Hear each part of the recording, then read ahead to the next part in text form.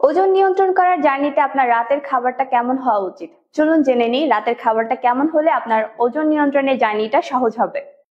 আপনার প্রতিদিনের খাবার তালিকার সকালের খাবারটা হওয়া উচিত রাজার মতো, মানে আপনি যত পারেন সকালে খেয়ে নেন।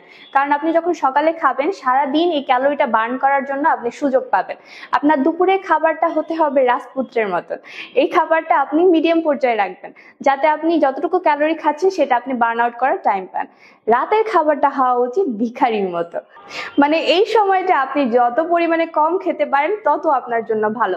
কারণ আপনি যখন রাতে খাবার খাবেন তখন কিন্তু আপনি খেয়েই বিছানায় চলে যাচ্ছেন বা একটু আপনি টিভি দেখতেছেন, আপনি কিন্তু এই ক্যালোরিটা বার্ন করার জন্য সেরকম সময় পাচ্ছেন না। সো এটা আপনার শরীরে জমাই পড়ে যাবে। তো রাতের খাবার যতটা সম্ভব একটু কম পরিমাণে খাবেন।